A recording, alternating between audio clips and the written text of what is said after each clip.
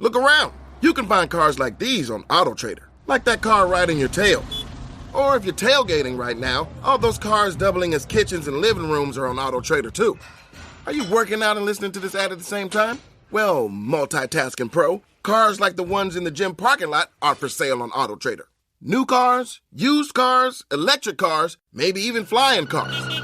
Okay, no flying cars, but as soon as they get invented, they'll be on AutoTrader. Just you wait.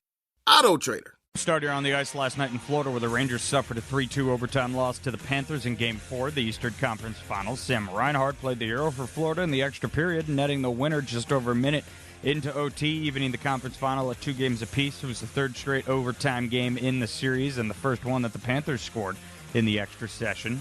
Vincent Trocheck and Alexis Lafreniere scored for the Rangers, and Igor Shesterkin stopped 37 shots in the loss. Game 5 is tomorrow in New York, back home at the Garden, where the teams split the opening 2 matchups in this series. On the ice out west, we've got Game 4 of the Western Conference Finals to look forward to tonight, with the Stars and Oilers set to drop an 8:30 p.m. puck from Edmonton. Dallas currently leads that series 2-1. In baseball, the Yankees opened up a 3-game set against the Angels with a 4-3 loss from Anaheim. Juan Soto, who hit his 15th home run of the season in the first inning, couldn't provide any late heroics as he flew out to right fielder Jo Adell to end the game. Soto, who homered for the 5th time in 7 games, finished with 2 hits and 2 RBI. Anthony Volpe had a pair of hits to extend his hitting streak to 20 games. It's the longest by a Yankees hitter since Robinson Cano's 23-game run in 2012. Luke Weaver took the loss for New York. As for their starter, Nestor Cortez, he allowed 2 runs on 5 hits and struck out 4 in 5 1/3 innings of work. And with his start, the Yankees set an MLB record, with their starters going at least 5 innings and allowing 2 runs or fewer in 15 straight games.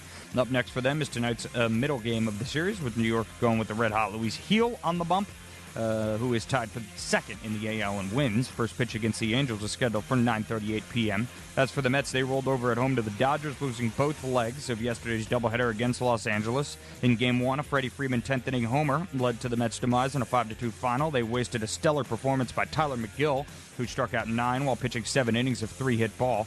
They've dropped 6 of 7 now. On the bright side, Francisco Lindor snapped a lengthy drought with a 2-run homer for the Mets, who were trying to win back-to-back games for the first time since since early May, I should say. In Game 2, the New York got shut out by LA starter Gavin Stone. Final score there, 3-0. Starter Jose Quintana allowed 8 hits in 6 innings. He struck out 3 and walked none. New York has now dropped 7 of 8 to fall a season-high 10 games under 500 at 22-32. It's just, they are just 10-24 since April 21st. They did not get a runner into scoring position in the nightcap. Up next for the Mets, this afternoon's finale of the 3-game set with the Dodgers. First pitch scheduled for 4:10 p.m. as New York tries to avoid the series sweep, but the lefty David Peterson slated to get the start. Checking in on our Staten Island Ferryhawks here as well. They were defeated by the reigning champion Lancaster Stormers by a score of 6-3 last night on Staten Island. Open up a 3-game set between the two teams. Later on this morning, the Ferryhawks continue their 6-game homestand with Game 2 of their series against the Stormers. First pitch from Staten Island is scheduled for 10:30 a.m. Lastly, in NBA playoff action, the Timberwolves avoid a Western Conference Finals Series sweep with a 105-100 win in last night's Game 4 against the Mavericks. Game 5 is scheduled for tomorrow night from Minnesota, with the Mavs still holding a commanding 3-1 series lead. That's your Sports Gnome, and I'm Justin Ellick on 77 WABC.